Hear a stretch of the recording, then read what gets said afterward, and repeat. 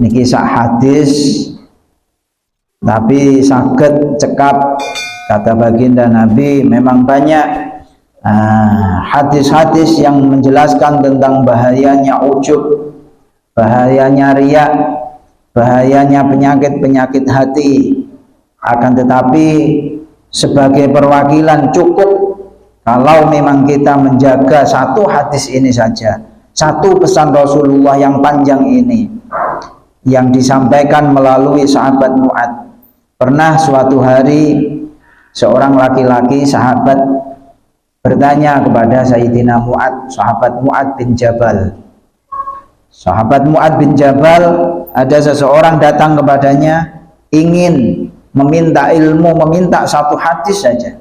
Dia bilang, ya Mu'ad, beri aku satu hadis saja yang kamu dengar langsung dari Rasulullah, khusus yang langsung disampaikan kepada kamu, tidak secara umum. Kata sahabat setunggal ini wow. Sebab Kanjeng Nabi ini kadang nggih ngaji bareng-bareng kados ngeten niki. Kanjeng Nabi niku nggih ngajine teng masjid, badhe salat.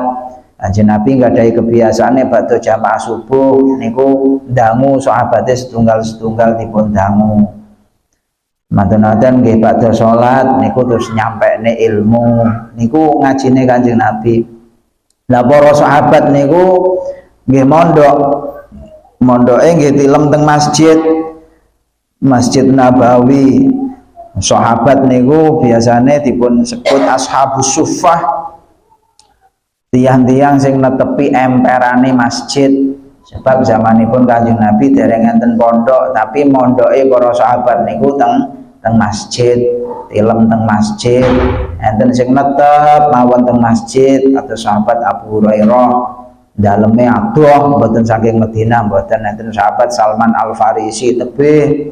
Sahabat Abu Hurairah niku minangkani pimpinan lurah pondoke. Dan dadosipun Kanjeng Nabi dawuh napa mawon niku sering semerap ngaji terus. Nah nek kados sahabat-sahabat senior seperti sahabat Abu Bakar Siddiq, sahabat Umar bin Khattab, ngoten niku nggih mboten mesti ngaji, kadang berniaga, dodolan. Kalau waktunya berdagang ya berdagang. Pas ngaji Kanjeng Nabi kok nyampe satu hadis, satu ayat semisal para sahabat ini enggak ada di waktu itu, maka mereka tanya kepada sahabat yang lain, selama aku pergi Nabi menyampaikan apa? Nah ngaji ngoten niku, ngaji pondok. Terus akhirnya oleh ulama Indonesia, di Indonesia niki di sistem gak dadi pondok pesantren. Awal mulane nggih ngoten niku ashabus sufah. Nah nek teng Jawa khususipun teng Masjid Ampel zaman menika Sunan Ampel niku pun damel nggih kathah sing nginep teng masjid, para santri-santrine, para ponak-ponakane. Nah niku Wali Songo niku sedanten muridipun Sunan Ampel, ada mondoke teng Ampel. Bon. Dawuh-dawuhipun Kanjeng Nabi banyak sekali mengenai bahayanya penyakit-penyakit hati, ujub, riya, tazkiyatun nafsi, sum'ah niku kathah. Akan tetapi kata baginda Nabi, ya Mu'ad, jika kamu hafal setelah mendengar apa yang aku sampaikan ini, kamu hafal. Dalam artian meskipun tidak hafal secara langsung, secara kata per kata, tapi kamu menjalankan, kamu amalkan satu hadis ini saja, niscaya kamu akan selamat di hadapan Allah Subhanahu wa ta'ala. Akan tetapi jika yang aku sampaikan ini, kata baginda Nabi kepada sahabat Mu'ad, jika yang aku sampaikan ini kamu sia-siakan, tidak kamu jaga, tidak kamu pelihara, tidak kamu hafalkan, ingqata'at hujjatuka, maka alasanmu untuk selamat di hadapan Allah terputus, boten manfaat meleh, terputus sudah, nggak ada harapan kamu untuk selamat di sisi Allah Subhanahu wa ta'ala di hari kiamat. Wahai Mu'ad, kata baginda Nabi, sesungguhnya Allah sebelum menciptakan langit dan bumi, saderengipun Gusti Allah ndamel langit pitu, bumi pitu. Cara agama Islam, cara syariat niki langit niku jumlahe pitu sak mendhuwur niku. enten langit setunggal, kalih, tiga, sekawan, gangsal, ngantos, pitu. Niki kita dadi wong Islam kudu iman, kudu yakin langit niki enten pitu. Lah yang kita lihat, yang kelihatan di mata kita saat ini sebenarnya itu bukan langit, itu hanya apa, batas mata kita mampu untuk memandang. Boten niku saja nih.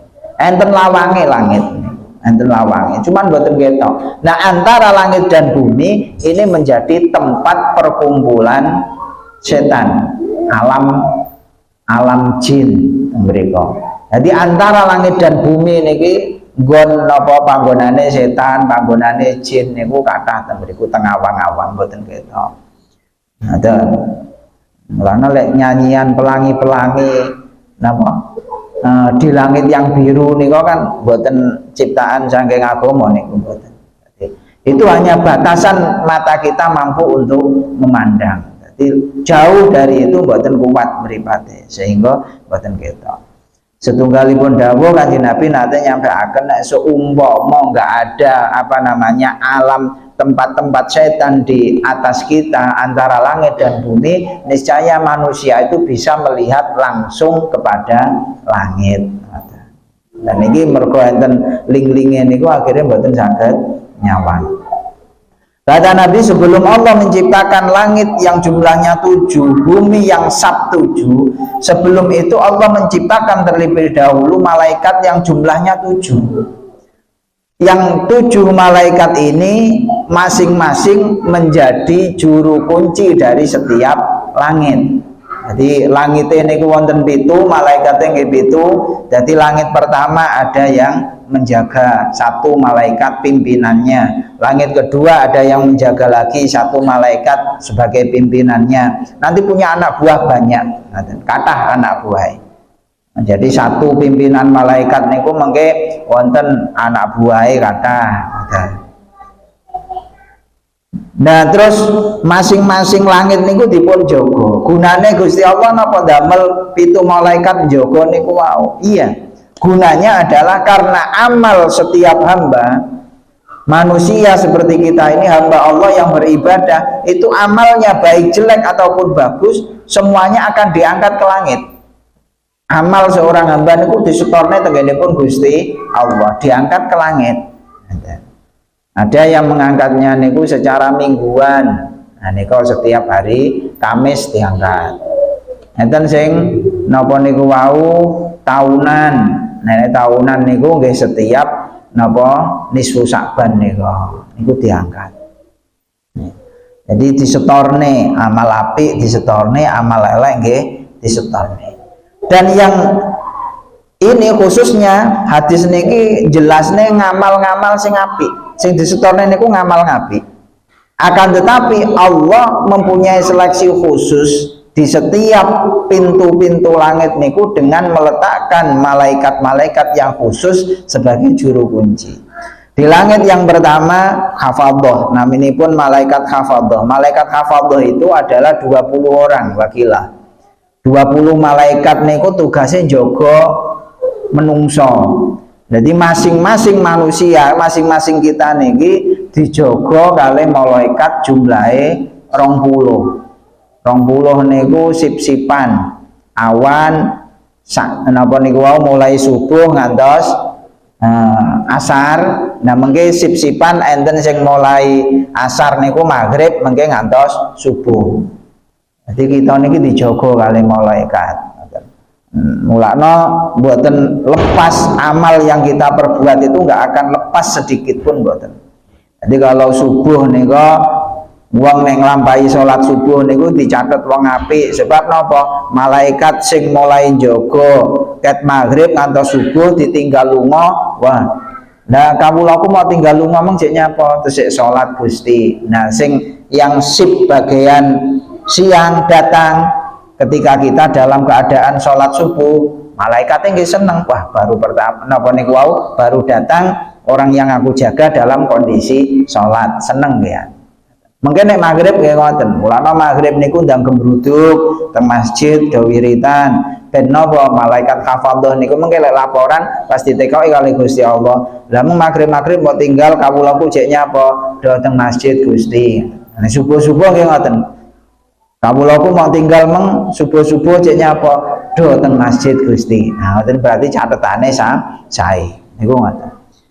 Di langit yang pertama niku wau tugasnya napa? Enten malaikat niku beto ngamal sae.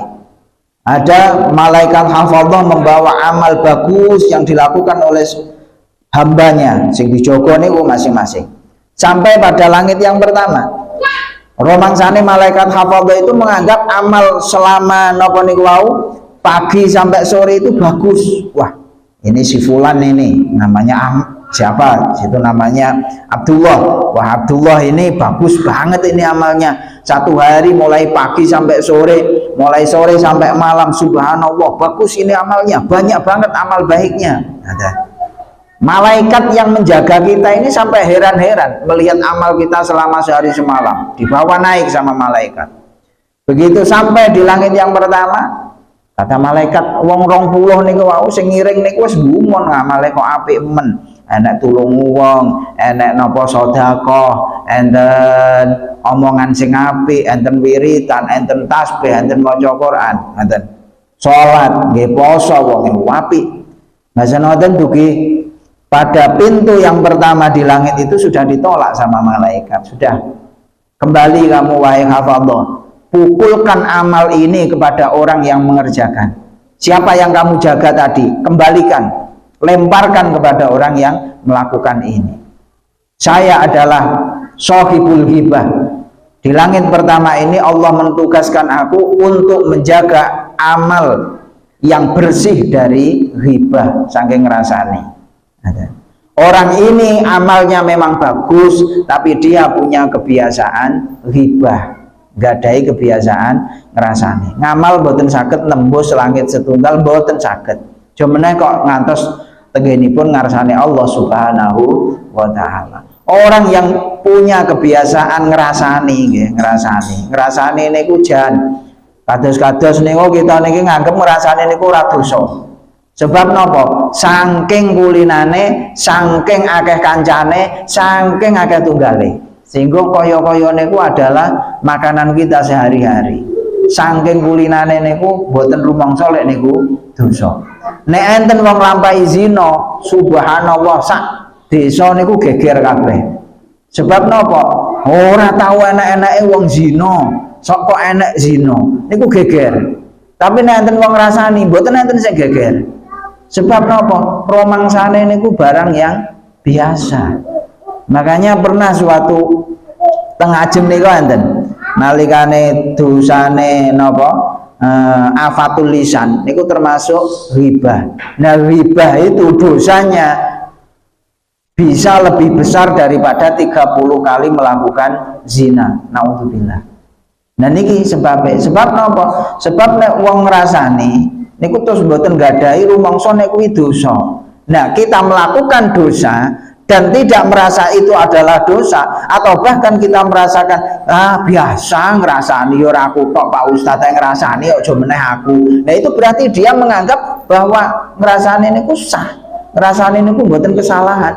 Dosa yang dilakukan dengan anggapan dia tidak bersalah itu jauh lebih besar daripada dosa besar kemudian dia merasa salah.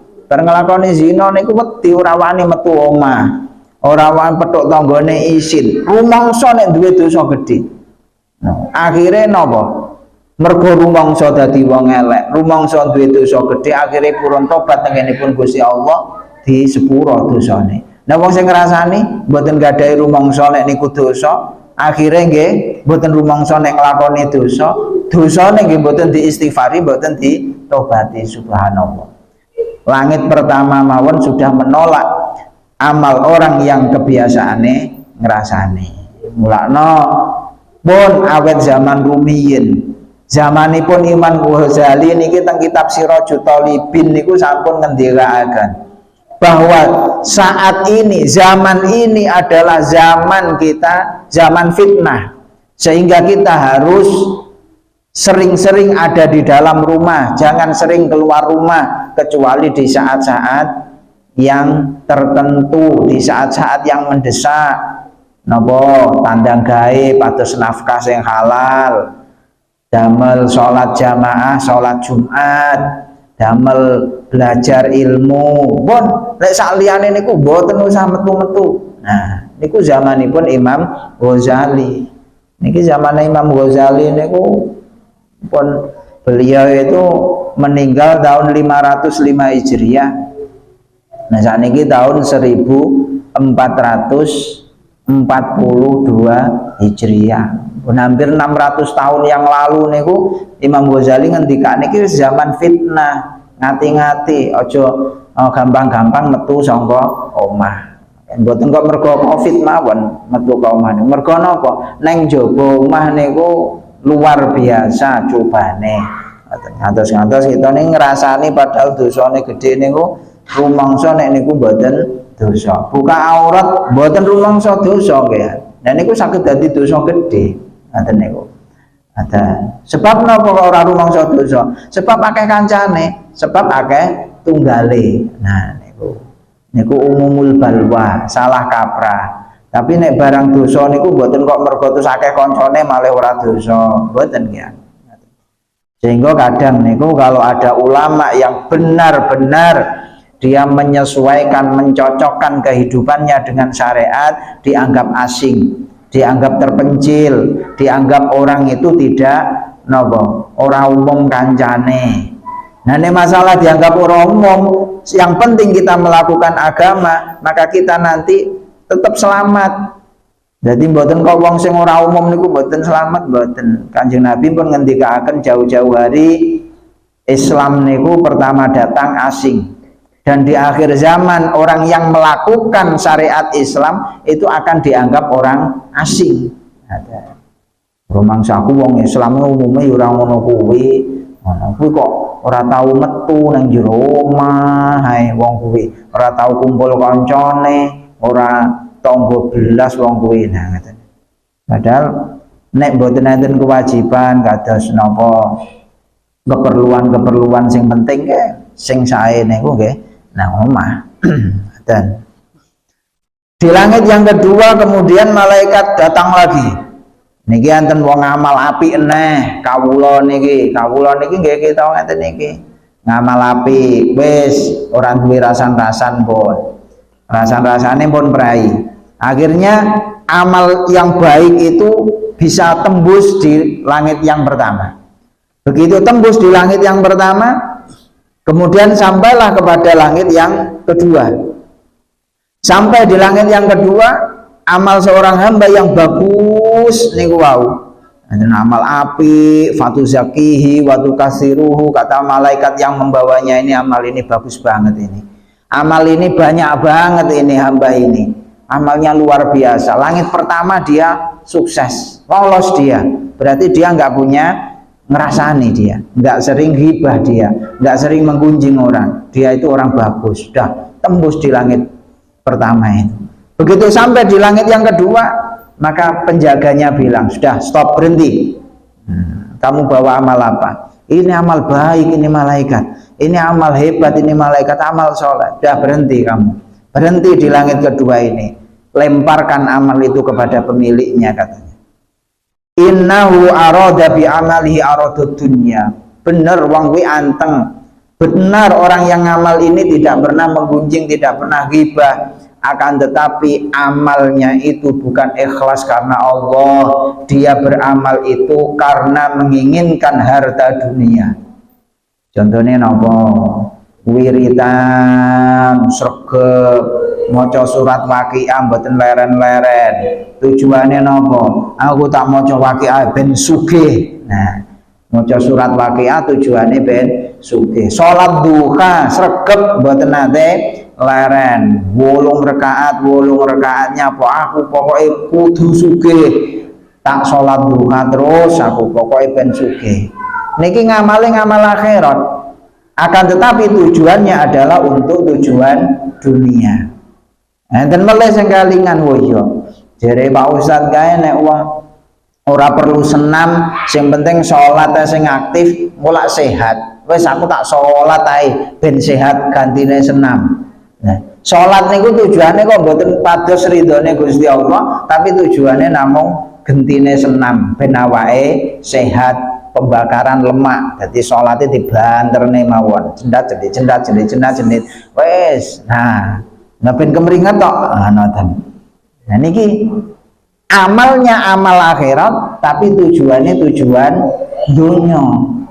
Tujuannya dunia. Ceramah digawe-gawe ben lucu, ben laris, di napa nika oleh ngomong digawe-gawe di pletot-pletotne, di fasih-fasihne, ora mekor ngaji maca napa niku wau dawuh kitab, dawuh Kanjeng Nabi, dawuh Gusti Allah mboten, campuri nyanyi-nyanyi, dicampuri orkesan, campuri joget-joget, sing ngrungokne ben demen, gek ben ngundang terus. Nah niki ketoke ngamal akhirat tapi tujuannya tujuan dunya.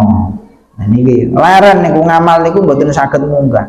Berhenti pada langit kedua, kata penjaga malaikat langit kedua, lemparkan amal itu kepada pemiliknya, karena sesungguhnya dia beramal bukan karena Allah, bukan menghendaki ridha Allah, tapi dia beramal adalah untuk mengharapkan harta dunia, untuk mengumpulkan kekayaan di dunia. Allah memerintahkan aku untuk menyeleksi amal-amal yang tidak baik, lebih-lebih amal yang digunakan untuk mencari harta dunia. Oh, angel ngaten. Terus melih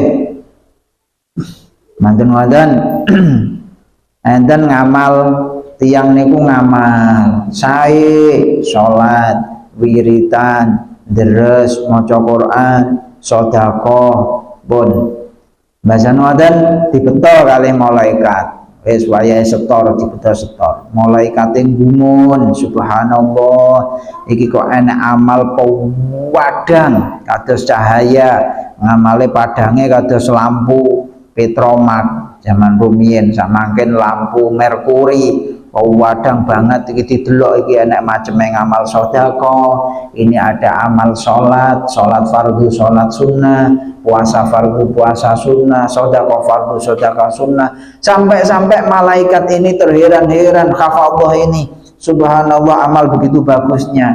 Akhirnya di langit pertama lolos karena orang ini tidak pernah ngerasani.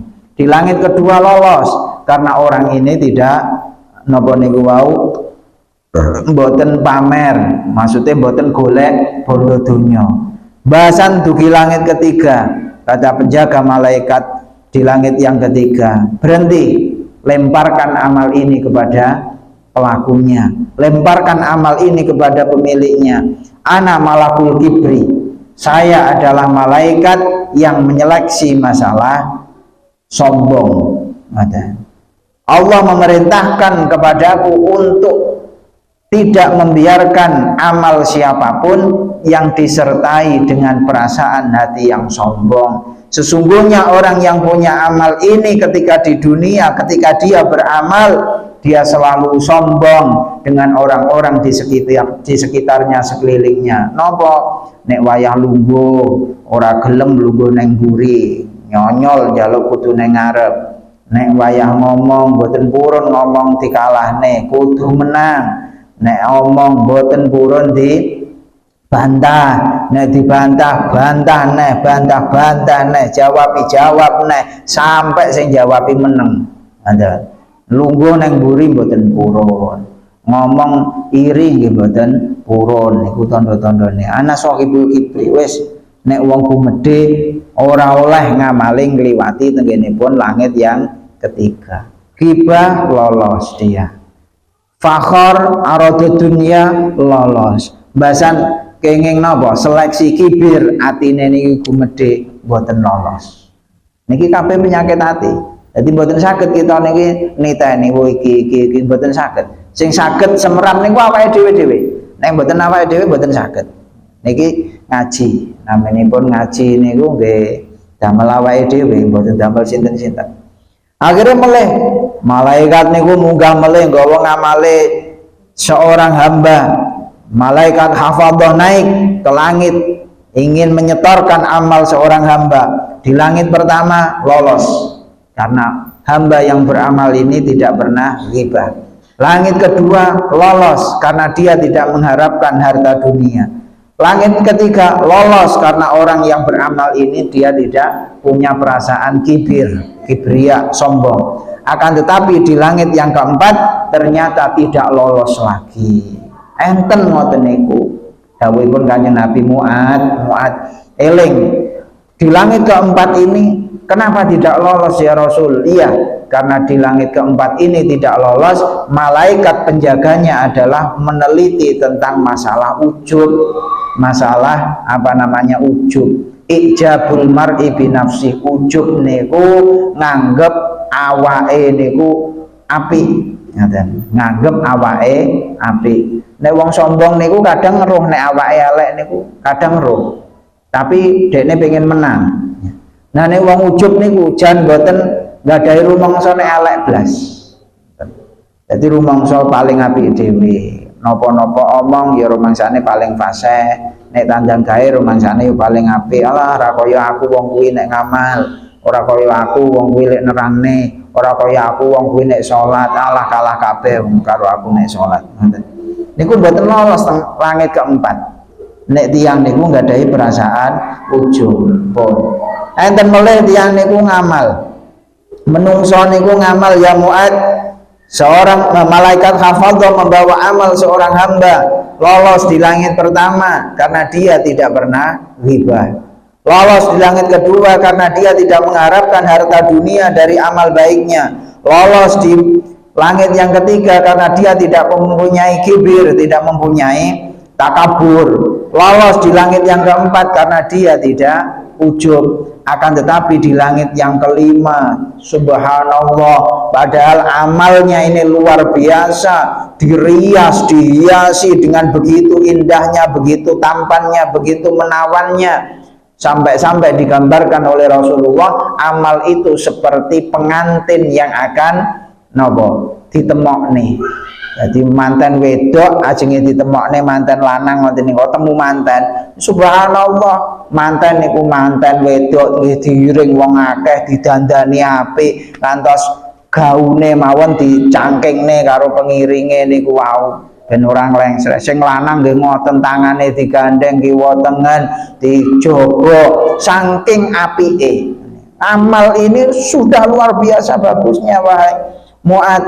Akan tetapi sampainya di langit yang kelima ternyata amal itu ditolak lagi sama malaikat. Sudah berhenti, lemparkan amal ini kepada pemiliknya, bebankan pada pundaknya, lemparkan ke wajahnya, lemparkan ke perutnya. Sebab napa?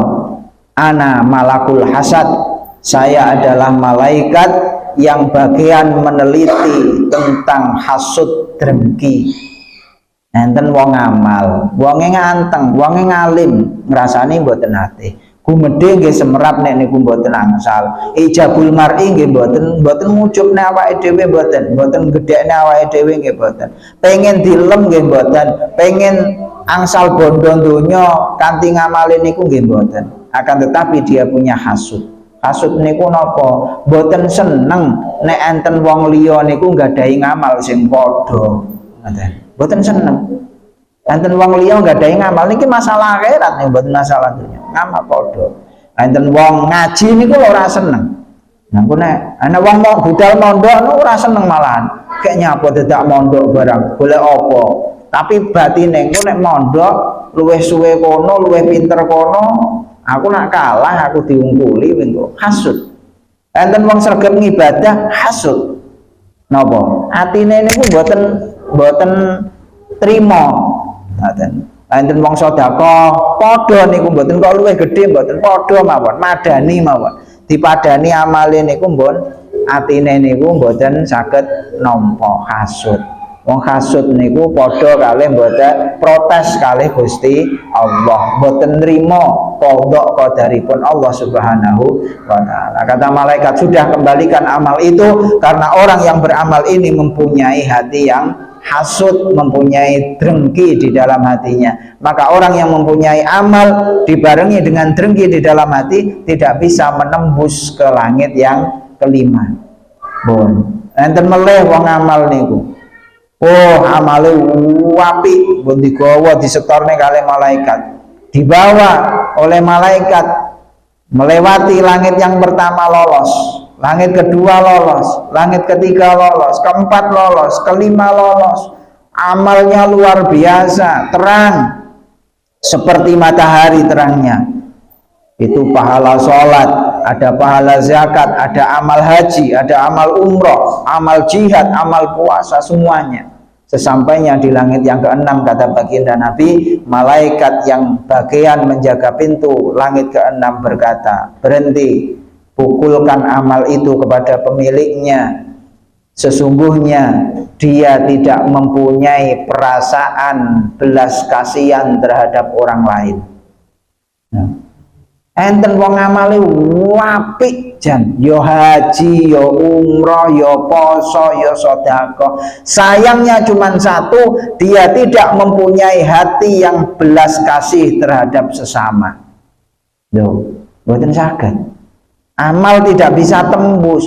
Ngamalo api nyawang wong. Enek wong api, dene Allah wong arepe ngamal api ora iso nuntuti aku. Enten wong elek, wong kok nglakoni elek apik dadi apa? Isan-isane neraka, guyu-guyu. Ngoten wong niku ngomong halus mboten saged. Ngesakne wong niku mboten saged. Niku ngoten niku nyebabne napa? Amal itu tidak bisa melewati langit yang keenam.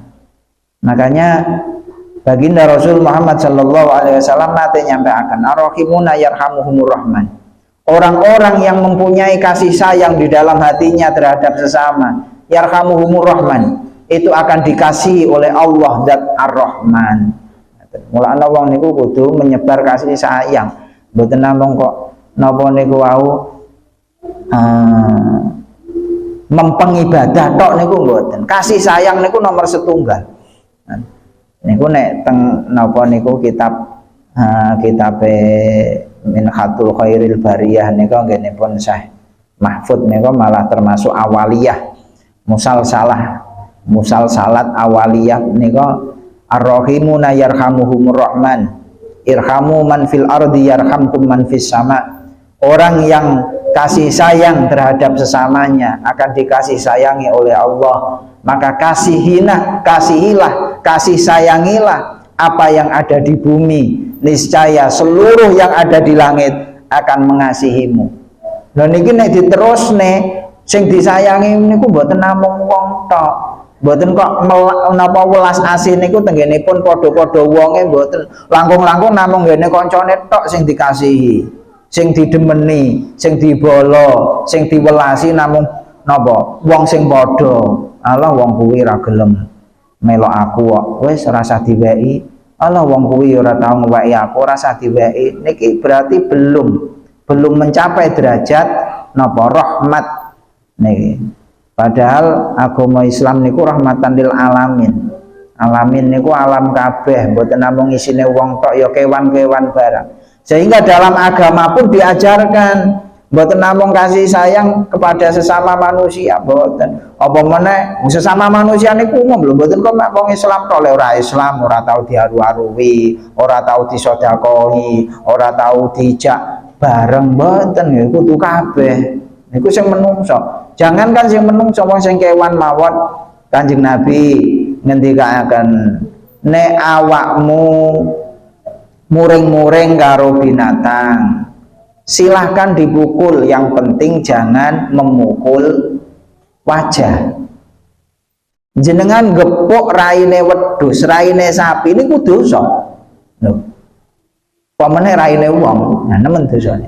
Raine wedhus, raine sapi niku lho dikaplok niku lho dosa. Lho. Biasanya kita nek muring-muring sapi wedhus cambuki di napa kamplengi niku mboten angsal. Sapi-sapi ku dhewe ya sapimu dhewe. Nah awakmu karo sapi iki padha ciptaane Gusti Allah, padha-padha makhluke Gusti Allah. Termasuk lagi rahmat yang diajarkan dalam Islam, jika kamu membunuh binatang yang menyakitimu silahkan, tapi jangan kamu bunuh dengan cara membakar. Mboten angsal. Mata ini ngobong niku mboten angsal. Ngaten nggih. Ampre penake buonge kuwi apa mriku. Dibong, ula dibong, semut dibong niku lho mboten angsal. Niku dalam agama. Terus nek pengen beleh, ya belen, tapi enten toto carane jika binatang itu halal. Wa idza dabahtum fal yuhidda akadukum safratahu. Nah nek awakmu pengen beleh binatang sing halal sing diolehne beleh karo Gusti Allah, nek beleh kuwi ladingmu sing landhep. Diungkal riyen wong beleh niku. Mungkal niku dalam rangka napa? Dalam rangka ihsan. Dalam rangka berbuat baik terhadap binatang. Niku perintah agama. Dadi beleh niku aja kok damel parang sing ketul niku.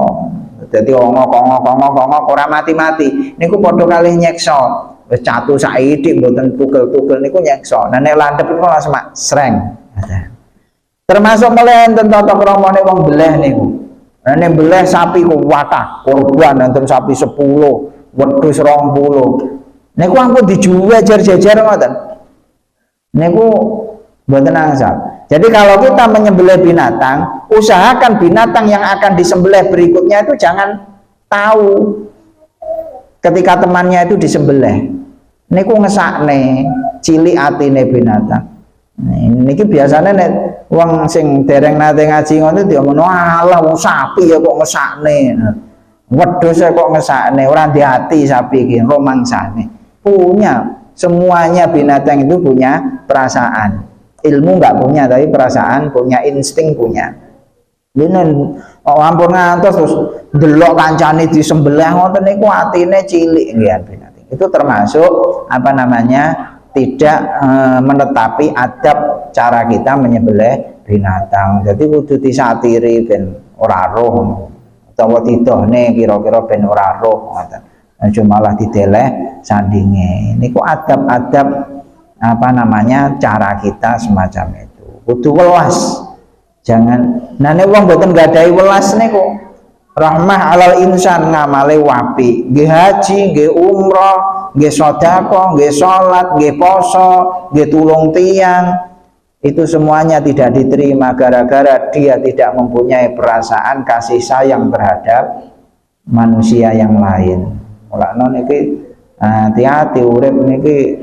Jadi sebenarnya Islam itu sangat mengajarkan kasih sayang, bukan hanya kepada sesama Islam, non muslim nggih kasih sayang, cuman kan sesuai dengan porsinya masing-masing. Kasih sayang kita terhadap binatang juga menyesuaikan porsinya masing-masing. Mboten kok terus kasih sayang binatang, terus bendino sapine didusi, nek turu dikemuli, terus diwedai kan nggih mboten. Menyesuaikan dengan apa namanya kapasitas masing-masing. Nah niku jadi penting perasaan welas tenggenipun makhlukipun Gusti Allah niku penting. Makanya banyak dijumpai bahkan disampaikan para wali-wali itu binatang-binatang buas semuanya tunduk. Wong niku nek wali tenan, waline pun Gusti Allah sing nggadahi makom dhuwur. Niku binatang-binatang buas itu tunduk, tidak akan berani untuk menyakiti. Sebab napa? Mergo niku saking pancaran belas kasihan yang ada di hati para aulia niku wau. Saking belas kasihane teng sesama makhlukipun Gusti Allah, sampai-sampai binatang itu merasakan kasih sayangnya. Luar biasa. Ngoten niku. Kemudian namung kalih wong biasa. Nek kita niki kadang sing keterlaluan, apik ya urung mesti awake, tapi nek karo wong elek kok gedinge subhanallah niku mboten sae. Kita tetap berusaha menjadi orang baik, berusaha tidak menjadi orang yang jahat, tapi jangan sampai kita menganggap jelek orang jahat sehingga kita tidak memperlakukan mereka seperti yang lainnya. masalah ketuhanan niku mengke kan urusannya dewe. Yang penting tugas kita ini adalah menyebarkan kebaikan, menyebarkan kasih sayang di muka bumi niki. Nah pripun Gusti Allah kasih sayangnya kados napa? Gusti Allah kasih sayangnya kalih kita kados napa? Wong kita niki sering nglampahi dosa, tapi kalih Gusti Allah mboten nate disiksa. Panganan gitu sih dipun sukani kalih Gusti Allah. Mboten kok nek kita nglampahi dosa niku terus akhire napa mesti lek nandur ora panen nggih mboten. Kadang kita dosane kathah nandur ya panggah panen. Golek dhuwit nggih panggah penak. Ngoten niku. Nah Gusti Allah mawon kasih sayang kalih kita, jemene kok kita sing mboten nggadahi kekuasaan napa-napa. Terus enten melih malaikat hafadzah membawa amal seorang hamba melalui napa niku wau. Langit pertama lolos karena dia tidak pernah ngrasani. Langit kedua lolos mergo wong niku ngamale mboten krana golek bondo donya. Langit ketiga lolos mergo ngamale mboten krana kibir gumedhe. Langit sekawan lolos mergo ngamali mboten krana ujub ijabul mar'i binafsi. Kemudian langit yang kelima pun juga lolos karena orang itu tidak mempunyai perasaan hasud. Langit yang keenam lolos karena hatinya sudah mempunyai rasa rahmat kepada sesama makhluk. Mantun kok terus ngantos langit pitu. Lah dugi langit pitu niku malaikate padahal niku pun ngamal tembus langit 6 niku pun diiring kali malaikat sing diliwati. Wah, tak melok iki amal apik iki mesti lolos iki, melok. Banyak malaikat yang mengikutinya, ikut menyertai amal yang begitu bagus itu. Sampai-sampai salah satu alaf ada 3.000 malaikat yang mengantarkan amal ini sampai tembus ke langit yang ketujuh. Begitu sampai di langit yang ketujuh, kata penjaganya, sudah berhenti, jangan masuk di langit yang ketujuh, lemparkan amal ini kepada orangnya. Sebabnya nopo? Lemparkan amal ini kepada pengamalnya, saawak-awak kabeh kono. Wa akfilu bi ala qalbi, kunci hatinya. Ana sahibud dzikri. Kenapa? Karena sesungguhnya meskipun dia sudah berhasil sembuh dari penyakit-penyakit hasud, penyakit-penyakit ujur, penyakit kibir, penyakit fakhor, hibah, selamat kabeh dia. Akan tetapi dia mempunyai penyakit lagi, namanya adalah zikir sid. Napa niku? Wong niki ngamal apik niki mboten krana Gusti Allah, tapi pengen diarani wong apik, pengen kesuwur nek kuwi lho wong ahli ibadah, kuwi lho wong ikhlas, kuwi lho wong sregep poso, kuwi lho wong loman. Namung niku mawon kepingine. Mboten hasud nggih mboten. Napa ujub nggih mboten. Tapi dalam benak hatinya niku nggadahi kepengen aku ngamal apik sok ben dikenang dadi wong apik. Nah ngoten niku nggih tesih salah. Pun angel ngamal niku. Akhirnya itu sahabat Mu'adz lah pripun Kanjeng Nabi, nggih nek jenengan niku nabi Kanjeng Rasul. Nah nek kula niki kados napa? Wa ana Mu'adz fa kaifali. Nah pripun kula niki saged slamet saking amal sing kados ngoten rumite niku. Ngamal kok kados ngoten niku pripun Kanjeng Nabi, nglewati langit pertama wonten amal kula kadose kok angel wong cek seneng rasane. Kadang ngrasani laran tesih nggadahi sifat fakhor gumedhe. Kadang fakhore ilang tesih nggadahi sifat kibir. Kadang kibire ilang nggadahi sifat ujub, ujube ilang nggadahi sifat hasud, hasude ilang tesih nggadahi napa niku wau amal-amal sing elek meleh nggih niku pengen dipuji, pengen napa niku wau dilem-lem wong. Nah niku kula niki Mu'adz jenengan kan Kanjeng Nabi niku direksa maksum saking Allah Subhanahu wa taala.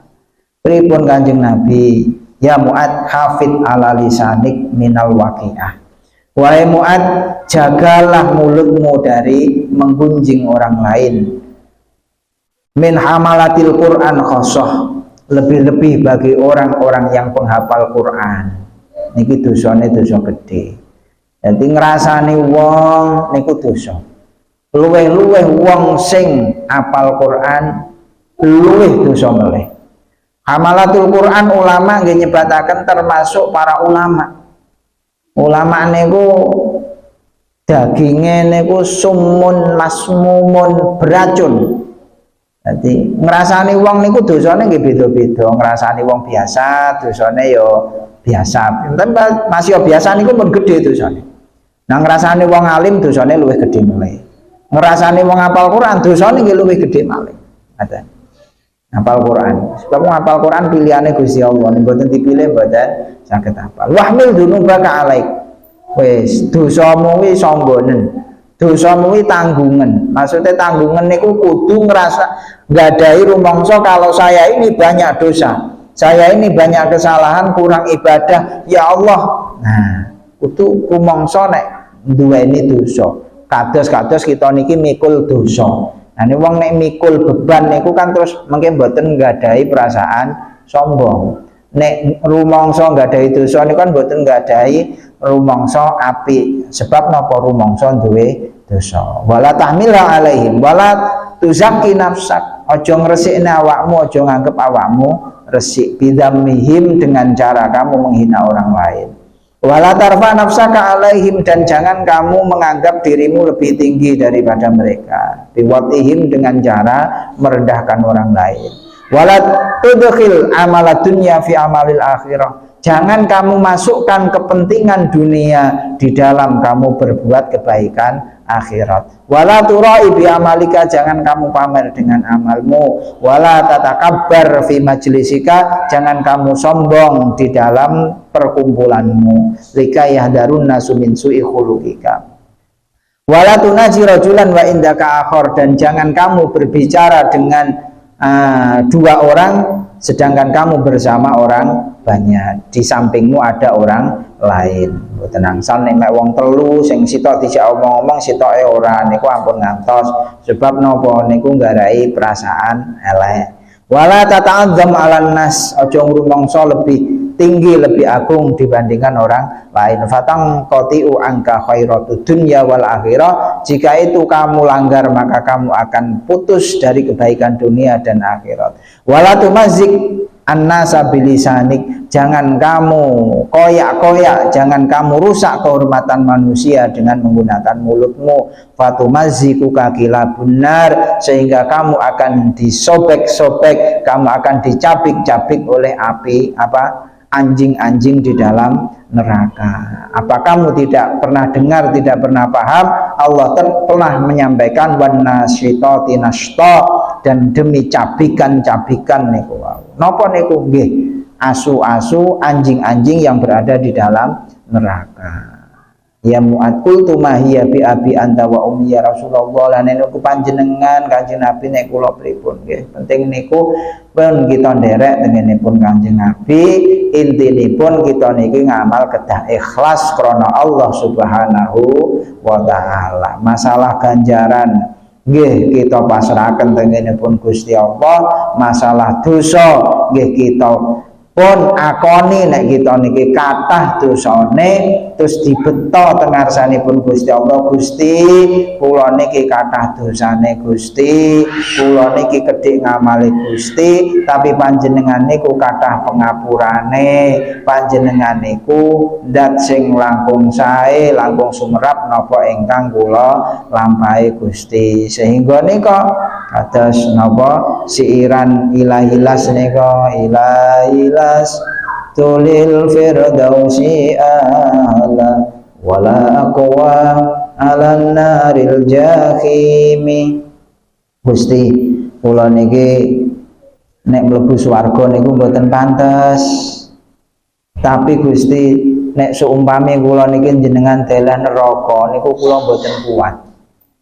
Kula jenenge mlebu swarga niku mboten pantes sebab amal kula niki namung gedhe. Tapi nek kula jenengan dalan neraka kula niki mboten kiyat Gusti. Ngoten. Kula na fahabli taubatan. Gusti jenengan paringi kula taubat, Gusti jenengan paringi kula niki ketampa tobaté. Waghfir dzunubi jenengan sepunten pinten-pinten dosa kula. Fa innaka ghafirudz dzambil azimi, panjenengan niku sing saged napa niku wau ngapura dosa sing agung. Niki zaman rumiyin para sepuh nika dipun waos rong siiran niku dibaca setelah salat Jumat. Niku termasuk kafaratul dzunub, membaca 2 syair ilahilas setelah sholat Jumat. Ilahilas tulil firdausi ana, lagune mboten wonten wong sepuh nika. Ilahilas tulil firdausi ana wala aqwa 'alan naril jahimi fahabli taubatan waghfir dhunubi fa innaka ghafirudz dzambil azimi. Niki termasuk kafarat, termasuk saged nglebur dosa menawi dipun waos panggenane badhe salat Jumat dipun waos ping 5 dibaleni ping 5.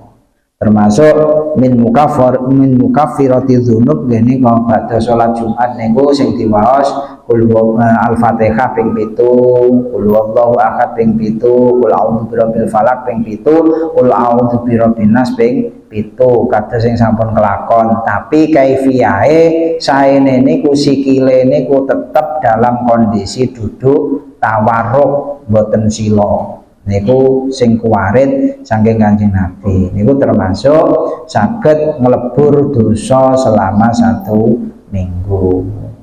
Atas dawuhipun Kanjeng Nabi, al Jum'atu kafaratun lima baina hunna. Pun samanten mawon mugi-mugi wonten faedah lan manfaatipun pikantuk ilmu ingkang manfaat hidayah saking Allah Subhanahu wa taala. Kirang langkungipun yunakungipun pangapunten.